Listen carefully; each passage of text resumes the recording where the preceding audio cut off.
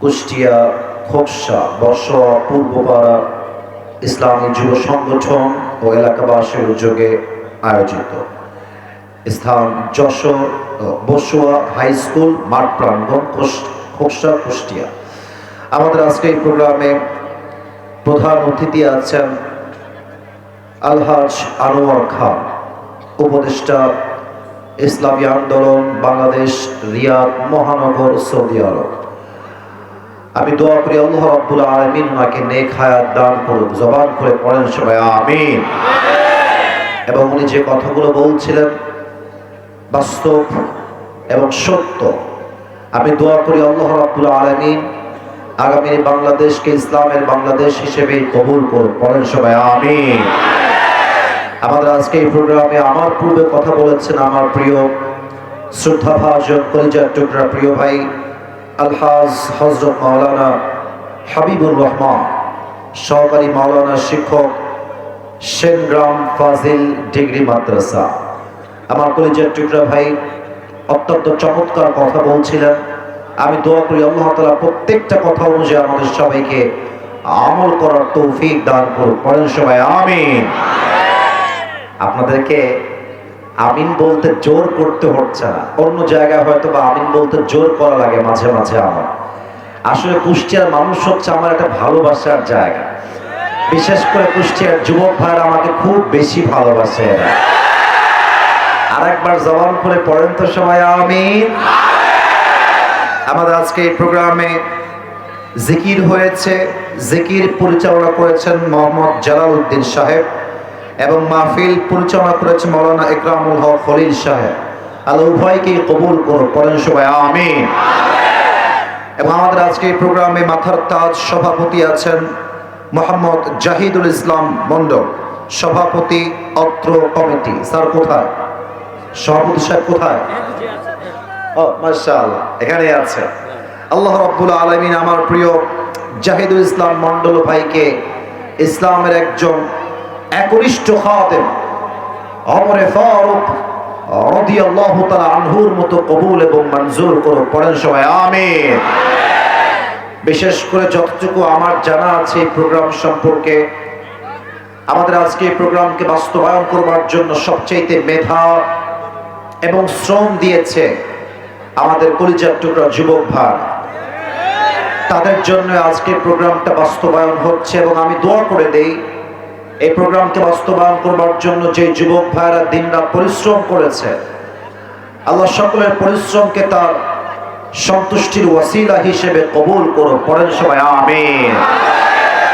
তো কেমন আছেন আপনারা সবাই? আলহামদুলিল্লাহ, আল্লাহ তাআলা আমাদের সবাইকে অনেক ভালো রেখেছেন। আমিও অনেক ভালো আছি। কুষ্টিয়ার ভাইরা, বেশি রাত পর্যন্ত তাফসীর মাহফিল হওয়ার পক্ষে কিন্তু আমি আসিফ হুজুর একদমই নই। হয়তোবা আমাকে অনেকে এখানে অপছন্দ করতে পারেন, বাট আপনাকে আমার একটা কথার সাথে একমত 100 হতে হবে। সেটা হলো অধিক রাত জেগে ওয়াজ শোনার চাইতে ফজরের নামাজটা জামাতে পড়া 1000 গুণ বেশি দামি। অতএব আমি আসিফ হুজুর, এই যে সোনামণি, না আওয়াজ করা যাবে না, নতুন তোমরা তাই না? নতুন নতুন আওয়াজ না, কলিজার ভাইরা আওয়াজ করবা না। আমি আসিফ হুজুর আজকে চেষ্টা করব অল্প সময়ের মাঝে কনস্ট্রাকটিভলি একটি বিষয়ে স্পিচ দেওয়ার জন্য, লেকচার দেওয়ার জন্য। আমি আশা রাখবো কুষ্টিয়া খোকসার মাটির প্রতিটা মুরব্বী আব্বাজান, প্রতিটা যুবক ভাইরা দোয়া না করে আমরা কেউ বাসায় ফিরে যাব না। বলেন সবাই ইনশাআল্লাহ। মাশাআল্লাহ। আমাকে একটু উত্তর দিবেন, যে মাসটা চলছে এই মাসটার নাম কি? ইংরেজি হচ্ছে ফেব্রুয়ারি, আর আরবি মাসটার নাম হলো শাবান। আমরা সবাই জানি সামনে আসছে একটি বরকতপূর্ণ রাত। রাতটার নাম হলো শবে বরাত। শবে বরাত নিয়ে অনেকের প্রশ্ন, শবে বরাতে আমরা কি আমল করব? আবার অনেকের প্রশ্ন শবে বরাতের এক্সিস্টেন্স অর্থাৎ এর অস্তিত্ব কোরআন এবং হাদিসে আছে কিনা। আবার অনেকে আমাকে প্রশ্ন করে যে হুজুর, শবে বরাতের রাতে আমরা নামাজটা আদায় করব কেমনে, কোন নিয়মে আদায় করব। আমি শুরুতে 3 থেকে 4টা মিনিট শবে বরাত নিয়ে কিছু কথা বলবো। আশা করব you will concentrate on my speech. আশা রাখবো আপনারা পরিপূর্ণ কলিজার থেকে প্রত্যেকটা কথা শ্রবণ করবেন। আমি সবাইকে জিজ্ঞেস করতে চাই, এই রাত আমরা ডাকি সবাই এক নামে, শবে বরাত। বলেন সবাই শবে। আর একবার শবে বরাত হচ্ছে একটা ফার্সি ওয়ার্ড, সব এটাও একটা ফার্সি ওয়ার্ড, দুইটাই হচ্ছে ফার্সি ভাষার শব্দ। সত্য কথা বলতে হাদিসের কোথাও শবে বরাত বলতে কিছু নেই। হাদিসে আছে লাইলাতুন নিসফি মিন শাবান, যেটাকে আমরা ফার্সিতে বলি শবে বরাত অর্থাৎ মুক্তির রাত। শবে বরাত মানে হচ্ছে মুক্তির রাত। শবে বরাত নিয়ে আমাদের বাংলাদেশে মোট গ্রুপ আছে 3টা গ্রুপ। কুষ্টিয়ার খোকসার ভাড়া আমাকে আওয়াজ দিয়ে বলবেন, আওয়াজ দিয়ে বলেন সবাই, কয়টা গ্রুপ? নাম্বার 1 গ্রুপ হচ্ছে তারা যারা বলে there is no existence of শবে বরাত। তাদের মতামত হচ্ছে শবে বরাত বলতে কিছুই নেই। সেকেন্ড গ্রুপ হচ্ছে তারা যারা বলে there is existence of শবে বরাত but they cross the limit। অনেকেই বলে শবে বরাত আছে, তবে তারা এটাকে মানতে গিয়ে সীমা অতিক্রম করে ফেলেছে, অতিরিক্ত বেদাত দিয়ে ভরপুর করে ফেলেছে। 2 নাম্বার গ্রুপ। আর 3 নাম্বার গ্রুপ হচ্ছে তারা যারা বলে there is existence of শবে বরাত but they don't cross the limit। 3 number দল হচ্ছে তারা যারা বলে যে শবে বরাত আছে, তবে তারা বেদাত করে না, তারা সীমা অতিক্রম করে না, তারা সুন্নাহ অনুযায়ী আমল করে। সেই গ্রুপটাই হচ্ছে আমরা সবাই, ঠিক কিনা বলেন? আসুন জাস্ট 2টা দলিল দিয়ে দেই, এরপরে 4টা আমল বলবো, এই টপিক আমি শেষ করে দেব। প্রথম দলিল দিতে চাই কোরআন থেকে। আল্লাহ রাব্বুল আলামিন বলেছেন ইন্না আনজালনাহু ফি লাইলাতিন মুবারাকাহ। আল্লাহ বলছেন we have sent this Quran on a blessed night। আল্লাহ তাআলা বলছেন আমি কোরআনটাকে নাজিল করেছি একটা বরকতপূর্ণ রাতে, ফি লাইলাতিন মুবারাকাহ, এমন একটা রাত যে রাতটা বরকত দ্বারা ভরপুর। দুররে মানসুর সহ কয়েকটা তাফসীর গ্রন্থে এসেছে এই বরকতের রাত দ্বারা উদ্দেশ্য হচ্ছে শবে বরাত, নাম্বার 1। বাকি অনেকের মতামত হচ্ছে এই রাত দ্বারা শবে বরাত উদ্দেশ্য নয়, এই রাত দ্বারা উদ্দেশ্য হচ্ছে শবে কদর। এখান থেকে আমরা একটা মতামত পেলাম শবে বরাত বলতে একটা রাত আছে। নাম্বার 2 হাদিসটা হচ্ছে আবি মুসা আল আশআরী রাদিয়াল্লাহু তাআলা আনহু আন্নাহু قال قال رسول الله صلى الله عليه وسلم। এই হাদিসটি বর্ণিত হয়েছে আবু মুসা আল আশআরী থেকে। তিনি বলেন নবীজি বলেছেন লাইলাতুন নিসফি মিন শাবান অর্থাৎ শবে বরাতে আল্লাহ তাআলা তার সমস্ত বান্দাদেরকে, দেখা যাক আপনারা আসলে কেমনে সুবহানাল্লাহ বলতে পারেন। আল্লাহর হাবিব বলেছেন শবে বরাতে আল্লাহ তাআলা তার সমস্ত বান্দাকে সাধারণভাবে ক্ষমা ঘোষণা করে দেন। But there are 2 categories of people Allah subhanahu wa ta'ala will not forgive them on the night of Barat। 2 ধরনের ব্যক্তি আছে এমন যাদেরকে আল্লাহ তাআলা শবে বরাতেও মাফ করেন না। নাম্বার 1 ইল্লা লিমুশরিকিন আও মুশাহির।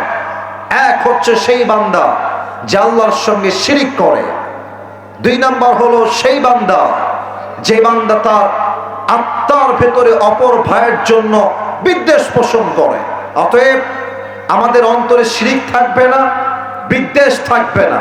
শবে বরাতে আমাদের সবাইকে ক্ষমা করবে একজন। আওয়াজ দিয়ে বলেন সবাই, তিনি কে?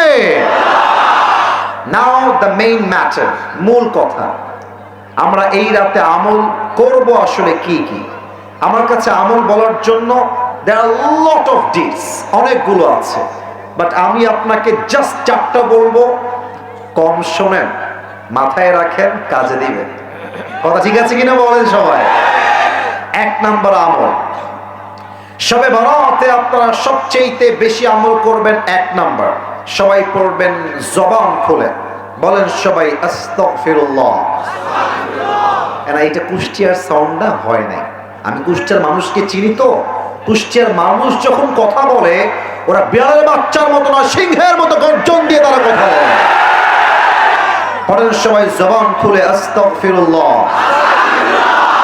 যদি আপনি বেশি বেশি ইস্তেগফার পাঠ করেন, what will be your benefit, আপনার লাভ কি হবে?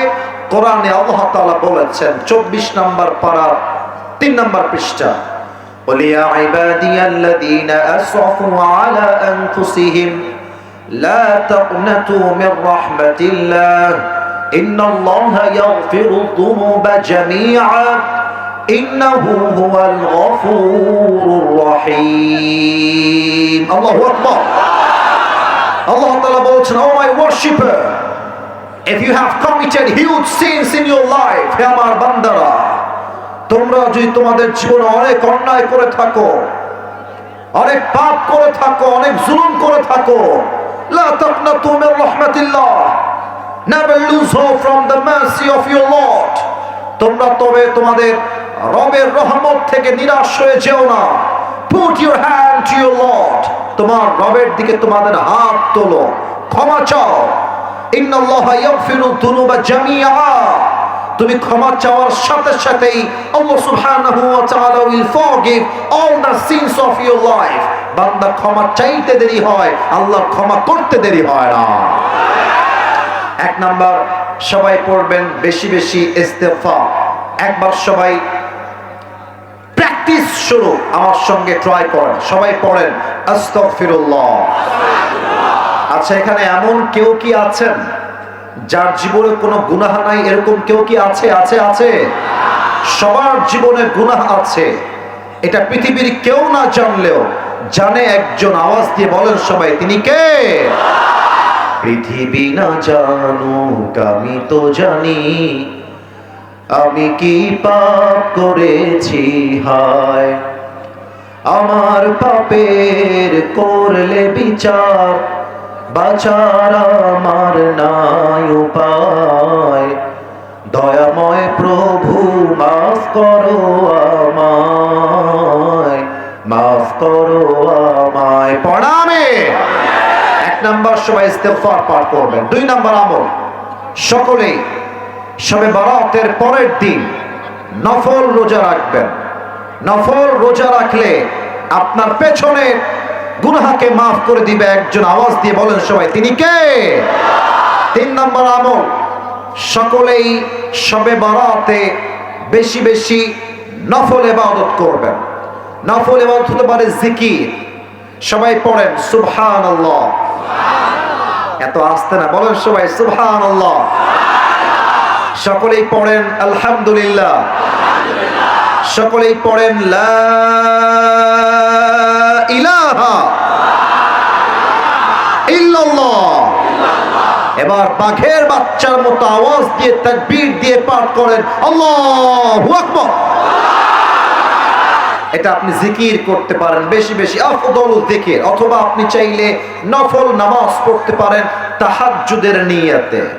যেই বান্দা তাহাজ্জুদের জায়নামাজে বসে রবের কাছে কান্না করে কোনো কিছু চায়, বান্দার চোখের পানি নাকের ডগায় আসার আগেই আল্লাহ বান্দার দোয়াকে কবুল করে নেয়। সুবহানাল্লাহ। 4 নম্বর আমলটা, আপনি চাইলে কবর জিয়ারত করতে পারেন, এটা রাসূলের সুন্নাহ। তবে আমরা কি ভুল করি? আমরা দল বেঁধে যাই, 10 জন 20 জন মিলে যাই, হাদিসে আসছে এটা বেদাত। আপনি একজন যাবেন ইন্ডিভিজুয়ালি, একা গিয়ে জিয়ারত করবেন, এটা হচ্ছে শবে বরাতের একটা সুন্নাহ। সকলেই পড়েন সুবহানাল্লাহ।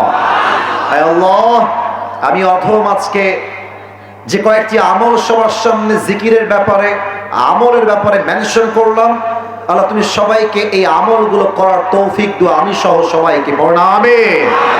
আর মাথায় রাখবেন, শবে বরাত কিন্তু হালুয়া খাওয়ার রাত নয়, হালুয়া রুটির রাত। এটা আমাদের সমাজে ট্রেন্ড হয়ে গেছে।